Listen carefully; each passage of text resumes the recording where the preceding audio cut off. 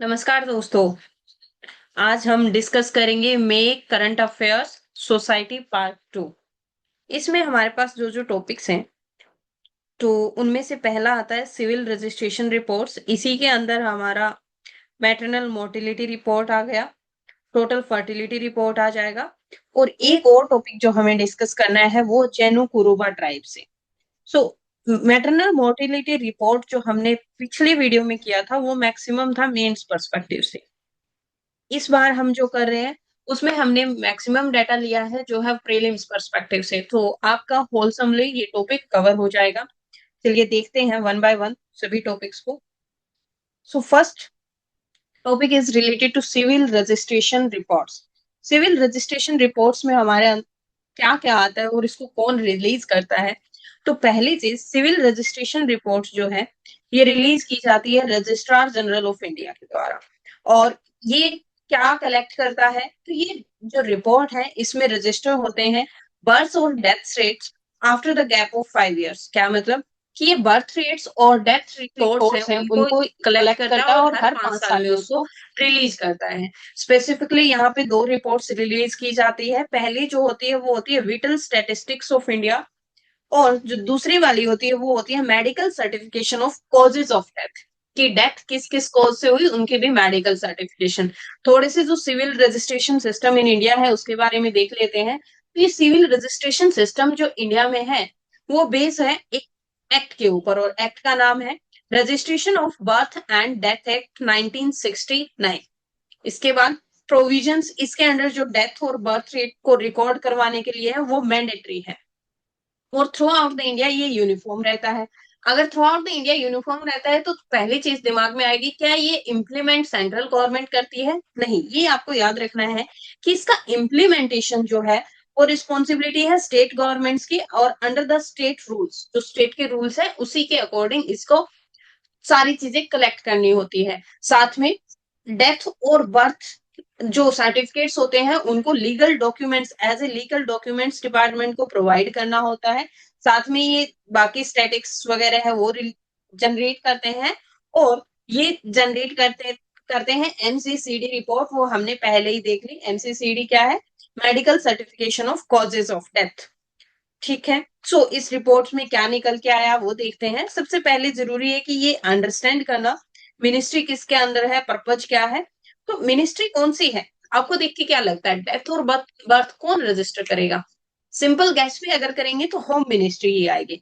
तो nodal ministry जो है इसको कंडक्ट करने वाली होम मिनिस्ट्री। और जैसे हमने पहले ही डिस्कस किया था, लीगल बेसिस इसके लिए है registration of birth and death act ना। पर्पज क्या है, क्यों करते हैं हम बर्थ और डेथ को रिकॉर्ड? सो इससे क्या होता है, हमें पता चलता है पॉपुलेशन ट्रेंड्स क्या है, हम उसको अच्छे से ट्रैक कर पाते हैं कि बर्थ रेट कितना है फिलहाल, डेथ रेट कितना है। साथ में ये ट्रैक करने से क्या फायदा होता है, इसको फायदा ये है कि हम फिर अच्छे से हेल्थ केयर सर्विसेज प्लान कर पाते हैं, फैमिली वेलफेयर प्रोग्राम्स हैं उनको अच्छे से प्लान कर पाते हैं। साथ में हमें पता चलता है कि मैटरनल और चाइल्ड हेल्थ के लिए हमें स्पेसिफिक कौन सी पॉलिसी चाहिए तो उसको अच्छे से फ्रेम कर पाएंगे। साथ में हम एनालाइज कर पाते हैं कि मोर्टेलिटी रेट्स हैं वो कितनी है और उसका रीजन क्या है। एंड अनदर थिंग, ये सारी चीजें हमें इंप्रूव करने में हेल्प करती है पब्लिक हेल्थ और डेमोग्राफिक पॉलिसीज को। तो हम बेटर पॉलिसी टारगेटिंग कर पाए, बेटर प्लान फॉर्मुलेशन कर पाए, बेटर स्ट्रेटजी अपना पाए, सो दैट हम वेलफेयर सुनिश्चित कर पाए हमारे देश के नागरिकों के लिए। इसके लिए ये स्टैटिक्स हमारे पास होने बहुत जरूरी जरूरी हो हो जाते हैं। तो ये स्टैटिस्टिक्स याद रखना है कि कवर कौन करता है, रजिस्ट्रार जनरल जाता of India.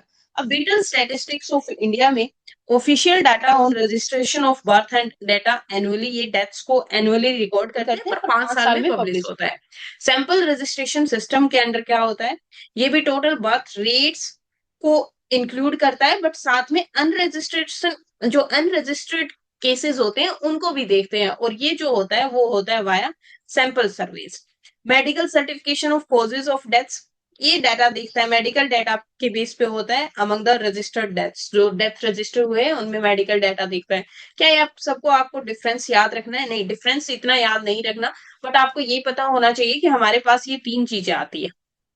Whittle statistics of India, sample registration system and medical certification of causes of death.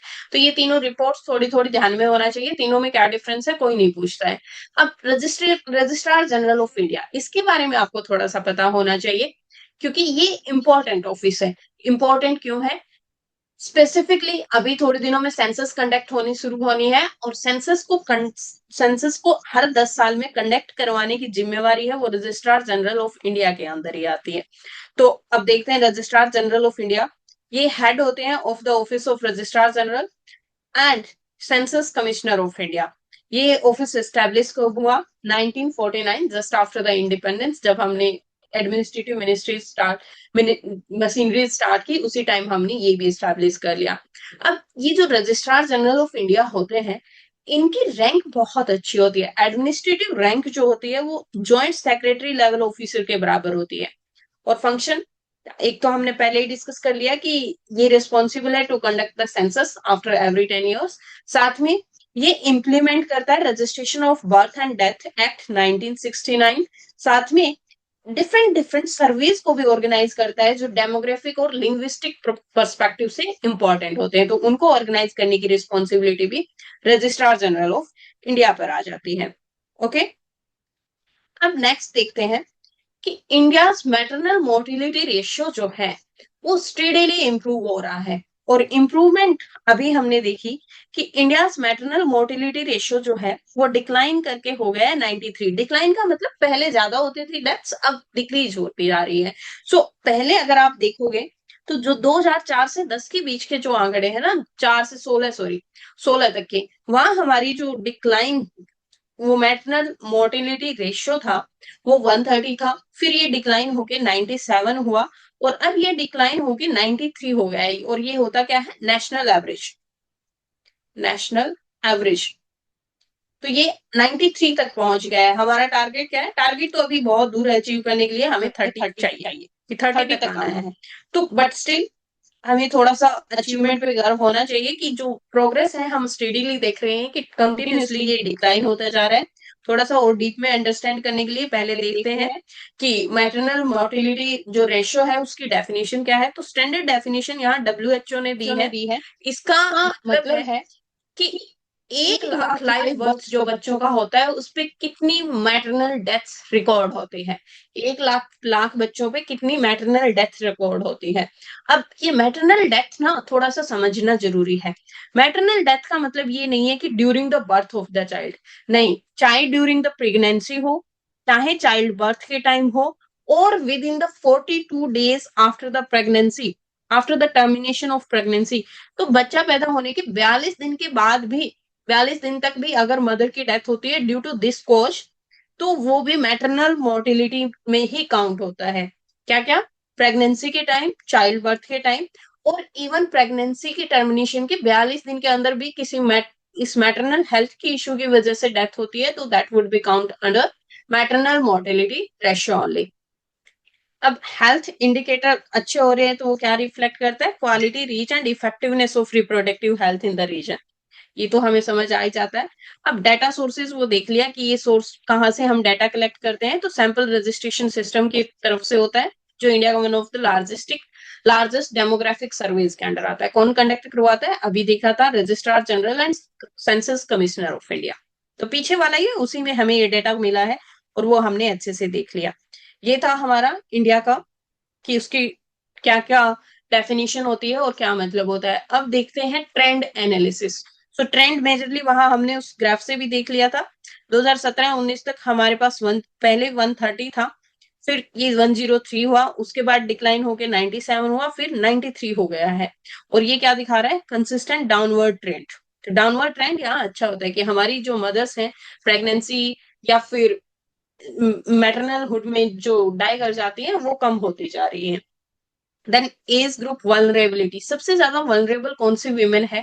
तो हाईएस्ट डेथ्स जो हमें देखने को मिलती है ना, वो होती है 20 से लेके 29 ईयर्स से, 20 से लेके 29 साल तक।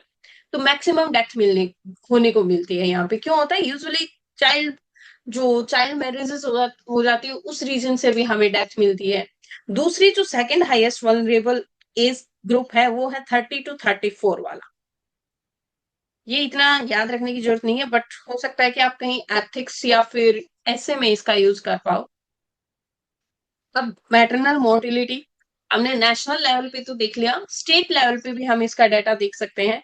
तो स्टेट वाइज जो परफॉर्मेंस है उसमें क्या है, हमें एक डिवाइड दिखता है। अगर मैं इंडिया के मैप को ऐसे डिवाइड कर दूं तो ऊपर वाले जो स्टेट्स हैं यहाँ हमें मैटरनल मोर्टिलिटी रेट ज्यादा मिलती है, साउथ वाले रीजन्स ने बहुत अच्छा परफॉर्म किया है। तो यहाँ हमें मैटरनल मोर्टिलिटी रेट है वो बहुत ज्यादा कम मिलती है as compare to national average. याद आपको ये डाटा रखना नहीं है, बट थोड़ा सा आइडिया होना चाहिए कि कहाँ मैक्सिमम है। तो मध्य प्रदेश में 175, असम 167, उत्तर प्रदेश 151, देन इसी हिसाब से हरियाणा 106, वेस्ट बंगाल 109। अगर आपको मेंस के पर्सपेक्टिव से याद रखना है तो मध्य प्रदेश और आसाम का याद रखो। और देन साउदर्न स्टेट में कर्नाटका में हाईएस्ट है जो 63 है, जबकि नेशनल एवरेज कितना है 93। तो ये well below the national average है फिर भी। और लोवेस्ट एमएमआर स्टेट्स में अगर किसी ने बहुत अच्छा परफॉर्म किया है तो वो है कर्नाटका, केरला एंड महाराष्ट्र। केरला में एमएमआर 20 है, अपना टारगेट क्या है 30।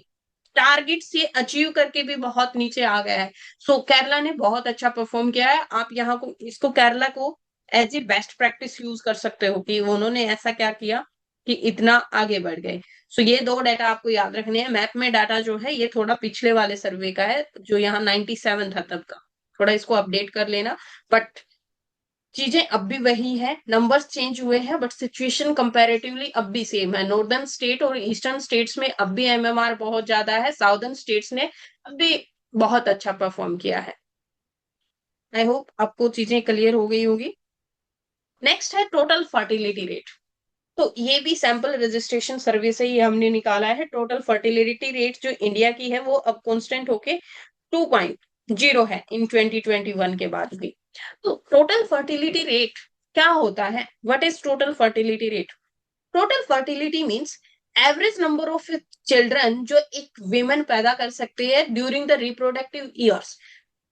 और ये किस पे डिपेंड करता है, जो हमारे करंट फर्टिलिटी पैटर्न्स चल रहे हैं उनके बेसिस पे देखते हैं कि कितने एवरेज नंबर ऑफ चिल्ड्रंस एक वुमेन को होंगे उनके रिप्रोडक्टिव एज में। और ये 2.0, 2.1, 2.37 ऐसे हमने देखा है। तो इसका मीनिंग क्या होता है? तो इसका एक इंडिकेशन होता है पॉपुलेशन इम्प्लीकेशंस में। अगर आपकी टोटल फर्टिलिटी रेट 2.1 से ज्यादा है तो दैट मीन्स आपकी पॉपुलेशन अब भी ग्रो कर रही है, बढ़ती जा रही है। अगर अराउंड 2.1 है तो इसका मतलब जो रिप्लेसमेंट लेवल फर्टिलिटी है उसके बराबर आ गया है कि ना पॉपुलेशन आपकी इंक्रीज कर रही है ना डिक्रीज कर रही है, एक कांस्टेंट है। और अगर बिलो 2.1 आ जाए टोटल फर्टिलिटी रेट तो दैट मीन्स कि पॉपुलेशन जो है डिक्लाइन कर रही है। लॉन्ग टर्म में अगर हम देखेंगे तो पॉपुलेशन है वो डिक्लाइन करेगी और आफ्टर सम टाइम क्या हो जाएगा, पॉपुलेशन अगर डिक्लाइन करेगी तो थोड़े टाइम के बाद पॉपुलेशन जो है एजिंग स्टार्ट हो जाती है कि अब जो डिपेंडेंट पॉपुलेशन है उनकी संख्या बढ़ती जा रही है। और ये लॉन्ग टर्म में क्या होता है, सोशियो इकोनॉमिक और वर्क फोर्स चैलेंजेस का सामना करना पड़ सकता है। ये सिचुएशन फिलहाल हमें जापान और चाइना में देखने को मिल रही है। सेम इज कि साउदर्न स्टेट में भी कहीं ना कहीं हमें ये सिचुएशन जो है देखने को मिल रही है। चलो थोड़ा स्टेट वाइज देखते हैं और उससे पहले रिप्लेसमेंट लेवल को थोड़ा सा अच्छे से देख लेंगे। तो रिप्लेसमेंट लेवल टोटल फर्टिलिटी, इसका मीनिंग क्या होता है? Average number of children per women needed to maintain a stable population without immigration. कि पॉपुलेशन कांस्टेंट रहे, इतने ही बच्चे पैदा हो कि उनकी पॉपुलेशन कांस्टेंट रहे। हाँ, यहाँ पे इमिग्रेशन का डाटा काउंट नहीं होता है, इमिग्रेशन को हम काउंट नहीं करते। तो ग्लोबल बेंचमार्क क्या होता है, 2.1 की अगर फर्टिलिटी रेट है तो उसको हम replacement level total fertility rate कह देते हैं। सिग्निफिकेंस इसका क्या होता है, यही कि ये बैलेंस बनाती है डेथ और बर्थ के रेट में, और साथ में ये स्टेबलाइज करती है आपकी पॉपुलेशन को लॉन्ग टर्म्स के लिए। अगर पॉपुलेशन स्टेबल है तो उसके लिए पॉपुलेशन पॉलिसी फॉर्मुलेशन अच्छे से हो सकता है, आप चीजों को अच्छे से ट्रैक कर पाते हो, एनालिसिस अच्छे से होता है, और फिर टारगेटिंग भी अच्छे से होती है कि कौन सी कैटेगरी को कितना चीजें क्या क्या देना है। तो वो टारगेटिंग बहुत अच्छे से हो पाती है। अब टोटल फर्टिलिटी रेट इंडिया की तो 2.0 है, क्या फिर सभी स्टेट्स की इतनी है? नहीं, नेशनल एवरेज जो है वो 2.0 है। अब टोटल फर्टिलिटी रेट अगर हाईएस्ट कहीं देखोगे तो वो बिहार में है, ये 3.0 है। आपने क्या देखा था, 2.1 से अगर ज्यादा है तो क्या होता है, पॉपुलेशन अब भी इंक्रीज कर रही है। तो बिहार की पॉपुलेशन अब भी इंक्रीज कर रही है। वहीं आसाम, आसाम की जो टोटल फर्टिलिटी रेट है वो 2.1 है। तो यहाँ पॉपुलेशन है वो स्टेबल है, ना तो डिक्लाइन कर रही है ना ही इंक्रीज कर रही है, यहाँ पॉपुलेशन स्टेबल है। बिलो 2.1 गुजरात हरियाणा, इनकी पॉपुलेशन क्या है, डिक्लाइन कर रही है। On the other hand total fertility rate अगर लोवेस्ट में देखोगे तो वेस्ट बंगाल की आती है। वेस्ट बंगाल की टोटल फर्टिलिटी रेट 1.4 है, जो 2.1 से बहुत नीचे है। इसका मतलब पॉपुलेशन बहुत ज्यादा डिक्लाइन कर रही है। Same happens with Delhi, Delhi में भी 1.4 है तो पॉपुलेशन डिक्लाइन कर रही है। Mostly southern state Kerala, Maharashtra, Tamil Nadu, Andhra Pradesh, including Jammu and Kashmir, Punjab, ये नॉर्थ के कुछ स्टेट्स हैं, वहां भी पॉपुलेशन क्या है, अब डिक्लाइनिंग फेज में है। तो ये डेटा था आपका स्टेट वाइज। यहाँ से आपको पूरा याद नहीं रखना है, बट हाईएस्ट और लिस्ट वाला याद रखो। और बस इतना बहुत है। आपको कांस्टेंट के लिए रखना हो तो आप एक एग्जांपल है आसाम का दे सकते हो। नेक्स्ट हमारा आर्टिकल जो है वो जैनो कुरुबा ट्राइब के बारे में है। जैनो कुरुबा ट्राइब अभी न्यूज में क्यों आया, रिसेंटली जैनो कुरुबा ट्राइब जो है उनको नागरहोल टाइगर रिजर्व में कुछ लैंड मिल गई है। They occupied some land into Nagarhole tiger reserve. तो ये लैंड असाइन कौन करता है, कौन यहाँ से इनको देता है कि you can assert your right out there. तो ये जो शेड्यूल्ड कास्ट है, पीपल होते हैं, उनको लैंड असाइन की जाती है इंडिया के एक्ट के द्वारा। एक्ट का नाम है फॉरेस्ट राइट्स एक्ट 2006। 2006 का ये एक्ट थोड़े से अच्छे से देख लेंगे, बट उससे पहले देखते हैं कि जैनो कुरोबा ट्राइब ये क्या है। सो जैनो कुरोबा ट्राइब एक पीवीटीज ग्रुप में आता है, जिसको कहते हैं पर्टिकुलरली वल्नरेबल ट्राइबल ग्रुप्स। इस पे यूपीएससी ने एक प्रीलिम्स का क्वेश्चन भी पूछा है। टोटल 75 पीवीटीज हैं। उनकी कंडीशन ये है कि वो बहुत ज्यादा प्रोमिटिव प्रैक्टिसेस फॉलो कर रहे हो, साथ में 75 ईयर्स से ज्यादा की वो कुछ जनरल प्रैक्टिसेस है वो करते जा रहे हो। और एक कंडीशन कुछ और भी है। तो ये दो तीन कंडीशंस को मिला के अगर कोई ट्राइबल ग्रुप फुलफिल कर रहा है और वो दिखाता है कि वो जो ट्राइबल ग्रुप्स हैं उनमें से भी थोड़े और बैकवर्ड है, तो उनको पीवीटीज के ग्रुप में डाला जाता है। और ये जो जैनो कुरुबा ट्राइब है ये पर्टिकुलरली हमें कर्नाटका की दो डिस्ट्रिक्ट्स में देखने को मिलते हैं। वन इज कोडागु, दूसरा है मैसूर डिस्ट्रिक्ट। और जैनो का मतलब क्या होता है, तो कनाडा ओरिजिन, ये कनाडा ओरिजिन का वर्ड है जिसका मतलब होता है हनी, शहद। बट शहद इसका नाम क्यों पड़ा, क्योंकि ये जो लोग हैं इनका ट्रेडिशनल ऑक्यूपेंसी जो ऑक्यूपेशन होता है वो होता है हनी कलेक्शन। साथ में बाकी है फिर फॉरेस्ट प्रोड्यूस गैदरिंग करते हैं, सबसिस्टेंस फार्मिंग करते हैं। और ये कहाँ रहते हैं, तो ये स्मॉल स्मॉल सेटलमेंट्स में रहते हैं जिनको हडी कहते हैं। हडी कैसा दिखता है, वो दिखते हैं नेक्स्ट पेज पे। तो ये छोटी जो झोपड़ी जैसा सेटलमेंट है, तो इन झोपड़ियों के छोटे छोटे बहुत से सेटलमेंट्स मिलेंगे, उनको कलेक्टिवली हडी कहा जाता है उन सेटलमेंट्स को। अब उनका थोड़ा सा सोशल स्ट्रक्चर देख लेते हैं। तो सोशल स्ट्रक्चर में दो जो मेन लोग होते हैं यहाँ पे, एक होता है यजमाना, दूसरा होता है गुड्डा। यजमाना क्या होते हैं, यजमाना हेडमैन होते हैं ऑफ द कम्युनिटी, जो कम्युनिटी के एडमिनिस्ट्रेटिव अफेयर्स हैं उनको मैनेज करते हैं। गुडा ऑन द अदर हैंड क्या होते हैं, ये रिचुअल हेड होते हैं और ये रिलीजियस मैटर्स हैं उनको मैनेज करते हैं। और इनकी कम्युनिटी में रिलीजन एडमिनिस्ट्रेशन से सेपरेट होता है, कि religious decisions are separate from the administrative matters. अब बिलीफ और कल्चर प्रैक्टिसेस क्या है, तो इनकी जो गॉडेस होते हैं वो ओडाती होती हैं, और गॉड जो होते हैं वो अजया होते हैं। इनके पर्टिकुलरली जो सॉन्ग और डांसेस होते हैं उनमें पर्टिकुलरली मेंशन होता है एग्रीकल्चर का, मैरिज का, मिथ्स का, या फिर रिलीजियस थीम्स का, इनके ऊपर बेस्ड इनके सॉन्ग्स या फिर यू कैन से डांस रहते हैं। तो ये हमने देखा ही होता है कि मेजरली जो ट्राइबल ग्रुप्स होते हैं वो अपनी उनकी लाइफस्टाइल होता है उसी से रिलेटेड उनके सॉन्ग्स वगैरह मिलते हैं। अब देख लेते हैं फॉरेस्ट राइट्स एक्ट, इसके की फैक्ट्स क्या क्या है। तो ऑफिशियल नाम जो फॉरेस्ट राइट का एक्ट का है वो है scheduled tribes and other traditional forest dwellers recognition of forest rights act 2006। Ministry कौन सी आती है, तो ये नोडल मिनिस्ट्री इसको हैंडल करने के लिए ministry of tribal affairs. Objectives क्या क्या होते हैं, तो ये रिकॉग्नाइज और ग्रांट करते हैं फॉरेस्ट राइट्स शेड्यूल्ड ट्राइब्स को, या फिर अदर ट्रेडिशनल फॉरेस्ट ड्वेलर्स जो इन फॉरेस्ट में रह रहे हैं फॉर एटलीस्ट 3 जनरेशन से, जो 3 जनरेशन से रह रहे हैं और ये इसकी डेट कब से देखी जाएगी? बिफोर 13 दिसंबर 2005 इस दिन ये एक्ट जो है पास हुआ था। तो उस एक्ट से पहले अगर 3 जनरेशन से कोई वहां रह रहा है या फिर 75 ईयर्स देख लेते हैं। और मैक्सिमम लैंड यहाँ पे कितनी दे सकते हैं? तो 4 एकड़ से ज्यादा लैंड किसी को नहीं देंगे, चाहे आप कितनी भी लैंड पहले आपके पास थी, बट मैक्सिमम कैप जो है वो 4 एकड़ की है पर person. Okay, so this was the society question जो हमारा मे का कंप्लीट हो गया है। अब अगर आपको वीडियोस पसंद आ रही है तो लाइक शेयर और सब्सक्राइब ना करना ना भूलें, क्योंकि इससे मोटिवेशन मिलता रहता है। और बाकी की वीडियोस देखने के लिए स्टे ट्यून्ड। Thank you.